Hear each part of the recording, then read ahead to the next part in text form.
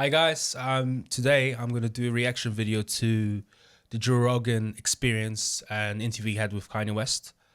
This is your boy Dawood from Mizan, and yeah, let's have a look and watch it. The Joe Rogan experience. So talk me through how this starts with you. Were you always religious your whole life? Yes, I was, and then I hit high school. No, it's just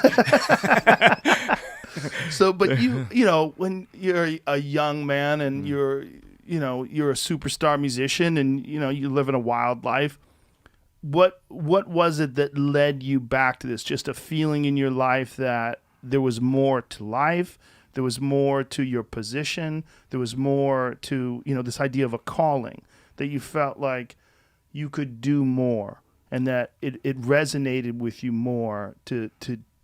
By the way, I've seen a load of comments by people about this particular interview, and one complaint that a lot of people have raised was that it doesn't seem like Kanye West is making sense, and that he's all over the place when he explains things. I will explain to you why it's not the case that he doesn't make sense, but it's to do with knowing who Kanye West is and what he's been saying over the years. Produce these Sunday services and to start thinking of life in this way, like you can improve things. yeah. God knocked me off my horse. God literally called me and said, "Okay, now I need you. I need you right now. Not that God needs me. We need God, but He called me to serve Him." And I was tired of serving the music industry, tired of serving, filling up stadiums. The last concert, last tour I did, we had a floating stage, and actually it was a hanging. So this is now where Kanye West is about to go on a tangent, people would say. But really and truly, what he's doing is and as a creative, I understand exactly what he's doing. He is explaining the experience. So when he thinks of the tour that he was on, the very first thing that comes to mind is the stage. Because anyone who was aware of the Jesus tour that he was in? It was the Pablo tour, right? Anyone who knows about that knows that one of the most, Kanye West pays a lot of attention to stage design and all these things. And he had this floating stage. And this was the one thing, him as a creative, he puts so much attention and energy and power. So him explaining or talking about that stage is significant because it's something that he himself needs to bring into the story to give the entire experience to fully understand what it is that he wants to talk about now. Stage, but it looked like it was floating. And that's just another thing. That's illusion, where we need to dispel the illusion. I wouldn't even call it the floating stage today, but the whole thing about it is people used to say how I would lose money on tours because I would put so much. Right? So here he's talking about how much money he puts into the stage and the creativity that goes behind everything that he does. Because I would put so much into the creative, and I was wanted to prove, but prove to who? Prove to man, prove to greedy people, that I could make more than anybody. And that's the gladiator position that all artists are put into. We're in the middle of this Coliseum. Let me show you I can kill more lions and tigers and bears and people and blah, blah, blah. So here he is referring back to the initial statement that he was making, how he found God, that or how he became more religious, because at the very beginning, he talks about how he was serving the industry, he was serving the music industry, he was serving other people. And then obviously now he's describing the dynamics when he does that, that there's this culture with celebrities that they sort of, become, and he used the sort of Colosseum, Roman Colosseum metaphor of being a gladiator and literally fighting for other people's desires, And then this is sort of the way he's describing the state of mind of an artist that really and truly you lose yourself, and you at the mercy of the audience, and by extension the music industry, than any other gladiator that happened. So that's what I was doing. And then I remember talking to James Terrell, and I was like at the top of my lungs, like screaming about saving ourselves and humanity, and the reason why me and James needed to connect. And then I went to my show, and then it's like my head popped back and the spirit jumped out, and it felt like it was like my mom talking. And the last thing I said was, "This thing is over," and I'm saying it like I sound like. Here, obviously, again, he's referring to an outburst many of you are aware of that he had whilst he was on tour. And he's basically, again, he's trying to explain his feelings, the feelings that he was experiencing, the amount of work that went into the floating stage, the odds that he was fighting against, the music industry. He knows what's happening in the music industry. He knows that. And he talked about this a few years ago, that like the music industry is designed in a way where they sort of trap musicians into touring into their retirement, basically. That's like the music model that many musicians unfortunately end up in. So that, unlike popular belief that they can chill, and chill on the millions they've made over the years, no, most of the musicians have to tour well into their 30s, 60s, because of just the way the music industry is designed. And I think here again, he's just telling you the feelings that he was experiencing just before the outburst that he had. My mom, like Donda, like that's something she would have said if she was in the physical form when she sees her. Obviously referring to, like, he was hearing his mom's voice telling him that this thing is over, the tour is over. Son, exhausted. Like I had just went through I had this fashion show. We had this fashion show where we took over MSG and just broke all boundaries. Sold 16,000 seats and played the new album. And it was, 1,000 black people in the show. And you had like all the Young Thug plugging in the iPhone and Travis. Again, like, I swear, like, the way he describes stories, like, for anyone who knows me, when I talk about stories, that's exactly what I would do.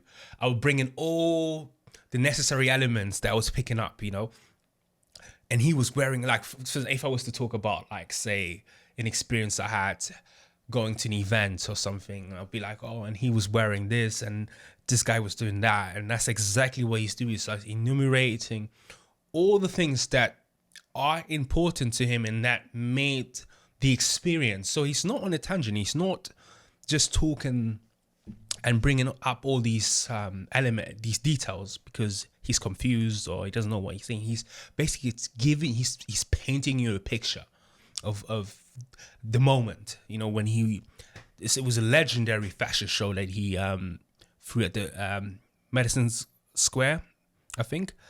New York, yeah, and it was incredible. Like, obviously, for the ones who watch or know about Mizan and the channel, we are a fashion brand, so that's why this is so relevant to us as well. And Cudi dancing, he had 50 Cent there, Jay-Z there, Lamar Odom. The first time that people saw him in walk again was. We walked together into the stadium, and he's camo Yeezy jacket, all head to toe. And the reason why that was so important is, like, when he was in a coma, I would come by and play him the new music.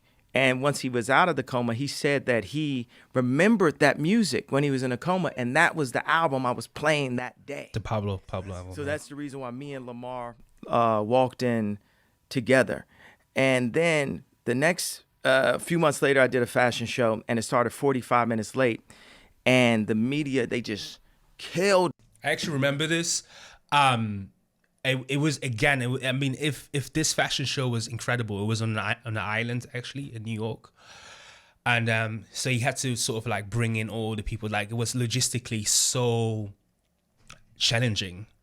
And for the fashion folks who watch fashion on aware of fashion, you see, it just goes to show how much energy and how much this means to him. Because the fashion show was late. I think he's about to say that, like, there was like a delay of 40 minutes. Like, Marc Jacobs, don't quote me on this, like for Louis Vuitton, he would, like, on a regular basis delay fashion shows up to 2 hours, and people would sit there. He would do that on purpose sometimes, just to, you know, show who was in control. And there's something, you know, that the fashion world is like, they know about this. It's not something unusual for fashion shows to start very late. But I remember, like, the way they were, like, just gunning on him. I don't think it was justified, to be honest. They LeBron'd me, as I would say, like when LeBron went to Miami, and they said, you know, who are you to have a choice? You know, like what one of my other heroes, Tom Brady, he left. I didn't see no jerseys getting burned, like when LeBron left. So then, less than a week after that, my wife is robbed in Paris. And so we just, because I'm in the middle of a tour while I'm doing the fashion show, while I'm doing this. So we cancel the tour because it's very, you know, traumatic. And then, you know, we start the tour back up and we get back into it. And then I just keep on saying, I want to go to Japan. I just want to go to Japan because Japan is like a way that people treat. There isn't like this systemic racism embedded. It's so funny, actually. Just a minute ago, I was with a friend in the car and he went to Japan. We were talking about the culture in Japan and how there are certain things embedded in the culture that make, like, community cohesion so powerful. And I think that's what he's talking about here. I mean, yeah, Japan has its views on, like, foreigners too. Don't get me wrong on it, but overall they tend to be very, very. They kept their traditional values, basically. And every single individual that's inside of the place, like in America, black, white, anything. There's a systemic white supremacy. Like when I tag, you know. So basically, this could be like one of those examples, right? Where, like, the question was like, how did you become religious? Now he's talking about being in Japan and talking about Kanye is such a complex and such a incredible. He's literally laying bare he's literally opened up his brain and he's showing us the maps in his brain. That's literally what he's doing. So the reason why he's talking about Japan right now is not, again, because he's confused, but again, he's giving you a moment. So he's on tour. The question is, why did you become religious? He's on tour now. He tells you what happened during the tour, and it's like all these, like, vital moments that had impact on him as well. He's basically given us all the events that led up to him becoming more religious. The experience that he had with Alama Odom, the experience and the naysayers, right? Oh, you're spending so much money on the stage, like, you waste the money. Like, that had an impact on him. That's why he's mentioning it. The robbery, obviously, his wife being robbed, and all these things, right? And now he's telling you, I needed a way out, and the way out was Japan. And then he's given us an observation of the society in Japan, right? So, you know, white supremacy, or we say this, it's like yes, that is America. That is the world. Currently, we've been taught that. My first superhero was Superman, you know, and my dad was a Black Panther. But, you know, when Disney makes. Again, this entire section here is a social commentary, and it's a comparison between him wanting to go to Japan, experiencing the society in Japan, knowing the society in Japan, knowing that when he's in Japan, that he doesn't have to experience all the racism that he would in certain places, like in America. And then the comparison that he's making with Japan is, of course, him growing up in America, bringing American cultures into it, like superheroes. And then I think he goes on to talk about that his dad being a Black Panther, who in a sense is his hero, right? And then obviously I think he's going to go on and talk about Black Panther, but then how really Black Panther is just a produce of white, if you like, fantasies of what a superhero is, right? I think Stanley being behind that, you know, I mean, that's just a fact. Black Panther, now when you look it up, you don't see my dad protecting his neighborhood or snatching a mic out of somebody's hand while they're lying. I don't know, you know, like father, like son right there. But you see this character that's made for Black people to idolize, that was designed by a white person and put out by a white company. Again, I don't think that Kanye West here is trying to make a point about skin color. But again, remember, he's just doing a comparison of societies. So that in America, that is just, it's just a fact that people who do, or people who are behind popular culture at that time when he grew up, happen to be white people. It's not necessarily anything wrong with it, but it's just like, we cannot deny that there's power in story in autonomous storytelling. You know, when you are the one who's telling the story, you know, that's what myths are so important to humans. You know, every single culture has a myth, you know, and they're like these archetypes of myths that you find, you know, in different cultures, but then they would have sort of like their own local sensibilities fused into the myth. And I think that's what he's talking about. Not necessarily that there's anything wrong with it, but I think at the same time, it's important to be in control of the narrative. And it's very powerful to look at someone like a superhero who kind of looks like you know, something that you can like sort of identify with. And it's more authentic, if you like, if it comes from someone who does look like you. I think that's the point that he's trying to make here.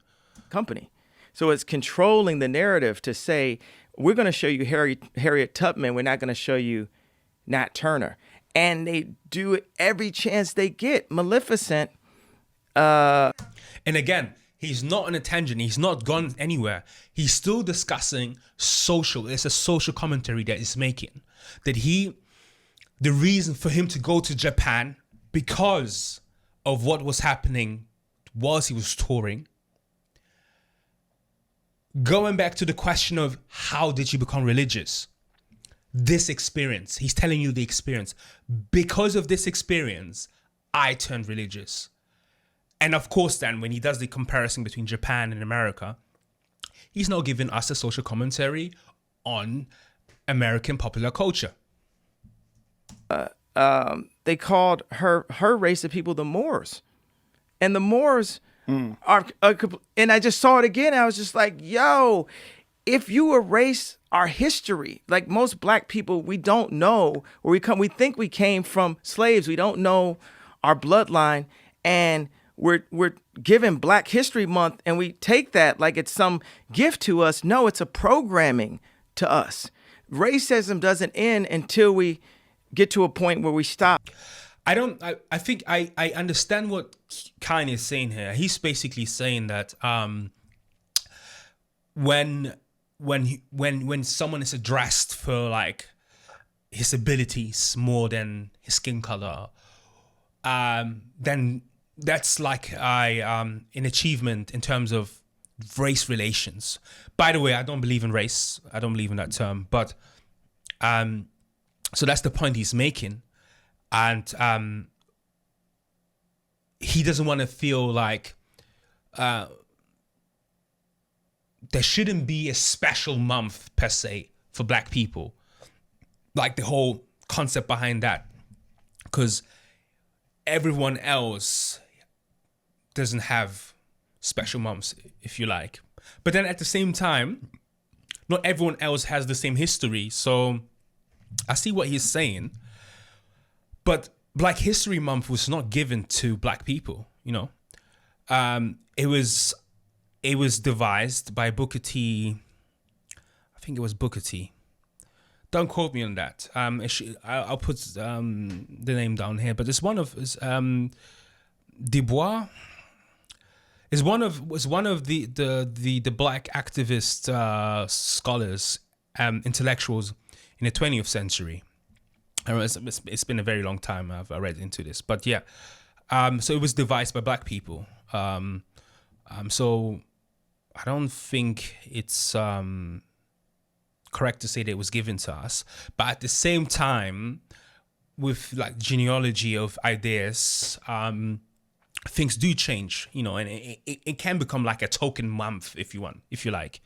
Having to put the word black in front of it, because it's like we're putting the rim a little bit lower for ourselves. Like, it's when I say I'm the second wealthiest black man in America, like, why do I have to say that? Because, you know, obviously, if we just go on wealth, period, of what we call wealth, like financial wealth, that scorecard, you know, I'd be like, I'm the 78th wealthiest man in America. But we shouldn't have to have a special box, a special month, because also what they show in Black History Month is, again, he mentioned Harriet Tubman, and obviously a few months ago he made like a very controversial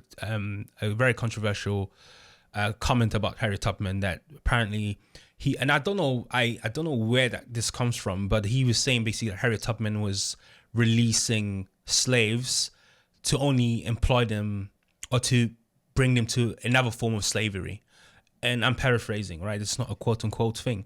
Actually, what I found out is, and I'm going to make a video about this, so watch out for this. So it's Harriet Tubman and her associates.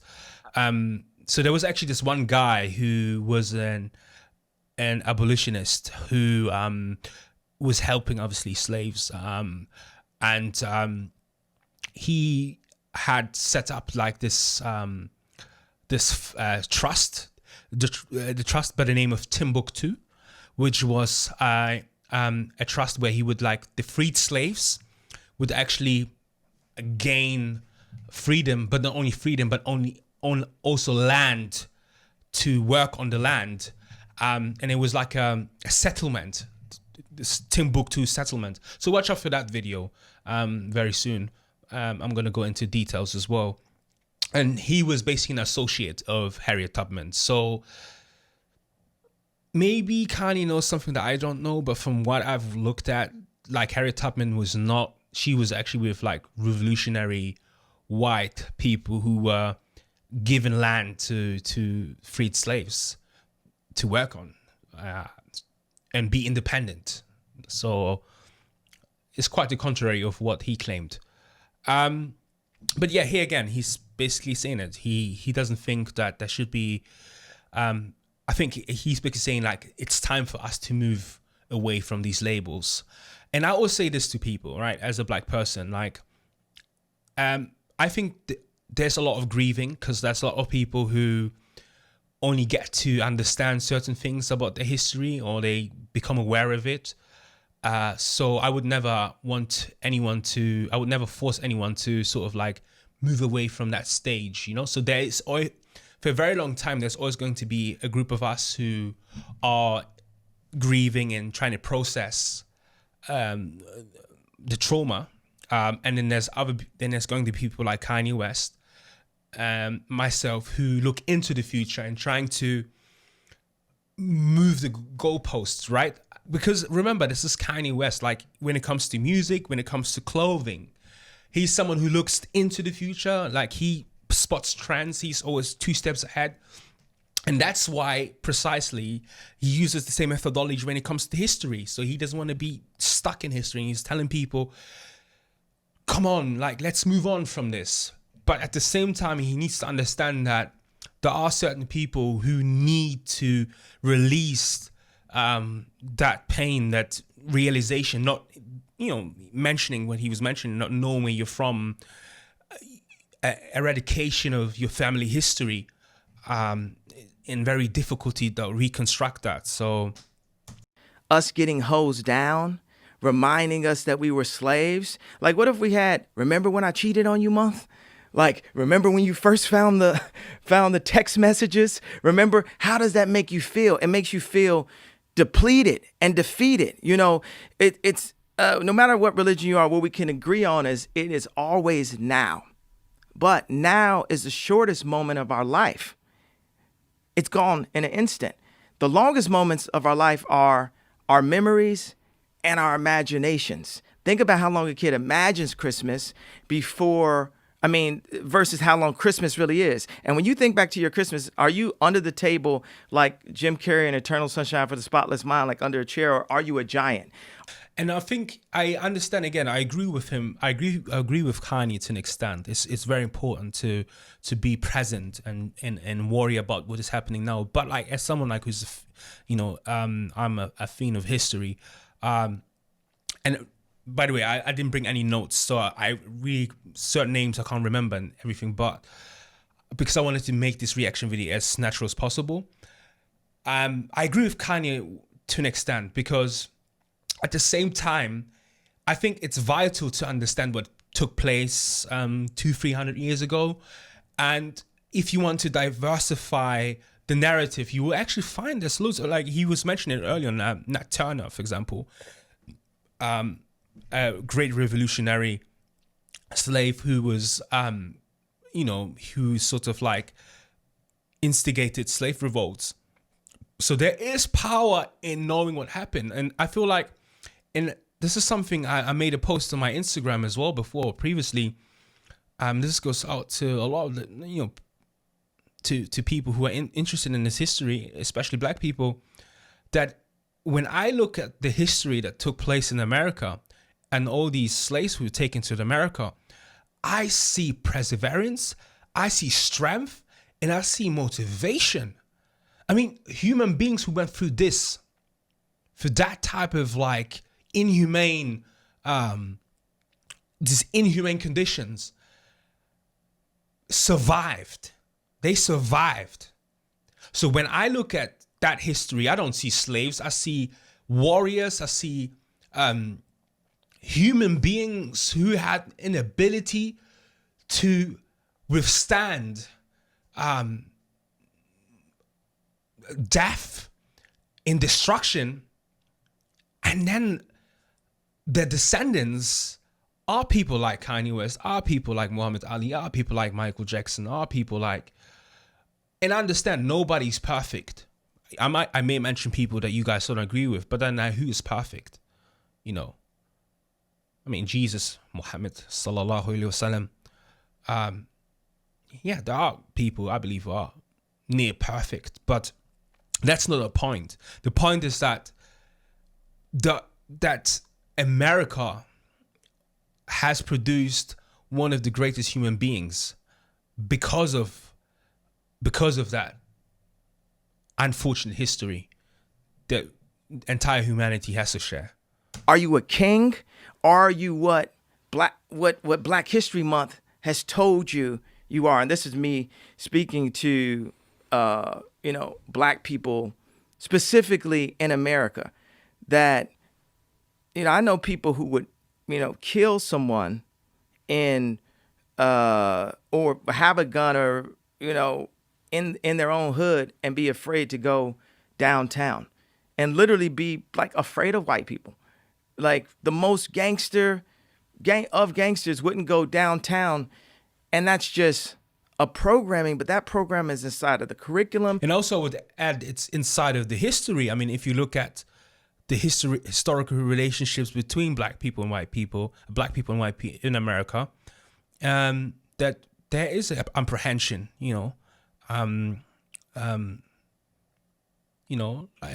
maybe also a sense of intimidation, that could be also a possibility.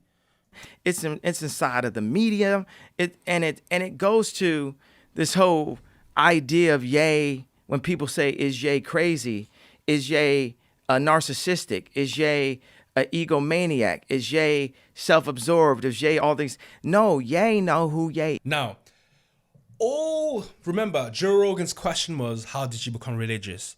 Now, I've shown you that he's talked about the events that led for him to be more religious. Then he talks about the moment he wanted out. He goes to Japan. He tells you why he wanted to go to Japan. Then he tells you, by telling you the way he lives in America, the way he knows people like him. Obviously, we can't compare Kanye West, who's like a billionaire, to like the average black guy in America. Nevertheless, he is aware of the situation. You know, it doesn't matter. I mean, like, I remember, like, what's that billionaire woman, black woman? I forgot her name. She is Oprah Winfield, right? She went to, I think, Switzerland or something, and she was like mistreated like really badly, and she's like a billionaire. So don't get it twisted in terms of like, just because you have money, sort of like certain experiences sort of disappear. I mean, you can sort of create a world, a life where it would be less of like these confrontations. But like Kanye West is pretty much really giving you a good insight to a perspective of American life. And that's his social commentary that he's making. And now he's talking about, you know, people asking and people saying that he went crazy due to all the antics that he, you know, people perceived as antics. He was during the tour, and he's telling you, no, I'm not crazy. Look what is happening here. Look, I have to deal with the fashion industry. I have to deal with the music industry. I have to deal with like the everyday politics, the domestic politics, and like the black experience and the black ontology of like the reality he is in and others that he knows. Because necessarily it doesn't always have to be Kanye West. He has also family members who are not billionaires, who are not extremely wealthy, who go through this. And, you know, sometimes if someone goes through pain and agony and trauma, you know, it can be transferable. And I think that's what he's trying to say here. All these things that he was lifting heavy on his shoulders led to him become religious. Is I know who I am, and I'm not fin to bow to an idea that you want to have of me. I am going to. No, he's bringing it back to religion. So he had enough of the outer world. He was like, enough. I want to be serving God. I don't care about your validation anymore. What I care about is God's validation. Be the full idea that God has of me. And when I do things that God don't like, I'm being the lesser version of me. This is where, you know, in my weakness, God becomes strong. I have to be the higher. Again, you see, it's so incredible that someone like Kanye West, who sets trends in the fashion industry, sets trends in the music industry, sets trends. He has such a cultural influence, and yet he has people, or he used to have people around him who'd always challenge him and tell him. And I know this myself when I obviously to a lesser scale, but you know, when I design stuff, when I come up with ideas, and this is like the human. I don't think that's a human default position, but I think society has made us like that. That, you know, you have to project your fears onto others. You know, if you see someone who's bright and energetic, why is it that society, and this is a question like that you guys can give me an answer, why is it that society wants to put us down? You know, when someone is dreaming big, or if someone has a grand vision, why is it that society, why is it that we never encourage people? Why is it not, like I watched this thing on Silicon Valley, the history of Silicon Valley, and there was this guy who used to work with IBM, and it's a lecturer, and then he talks about how he would work like with IBM, I think it was, or one of these companies, and they had like this policy that if someone comes up with an idea, that they had to like praise the idea for 5 minutes and find like all the good things about the idea before they criticize it. I think like it's a very, very good exercise to participate in, where you build up someone, right? Someone says, well, you know what? I want to become the next president. I want to, design this way, or I want to make clothes look this way, or I want to do a short film, or I'm about to write a book. I want to study this subject. Like, why is it always that people want to like sort of project their own face onto someone? Like, I totally understand that someone like him, despite of like, and also the achievement that he has had, like material achievement, if you like, that there's still people out there who would doubt him. And I think that's really what is at the bottom of this. I mean, being $53 million in that at that time as well, I think he was, and all these voices. And I think like he's painting that picture. So if you're familiar with Kanye West and what was happening at that time, you will understand him. So this is basically understanding Kanye West. Thank you for watching. I was trying to keep it very short, and we will have more videos coming your way. By the way, subscribe, like, and comment. Let's have a discussion. If you disagree with what I said, you're welcome. But make sure you subscribe and follow us on Instagram as well. On Instagram, Mizan, it's a clothing brand, and we're going to do loads of these reaction videos. Thank you.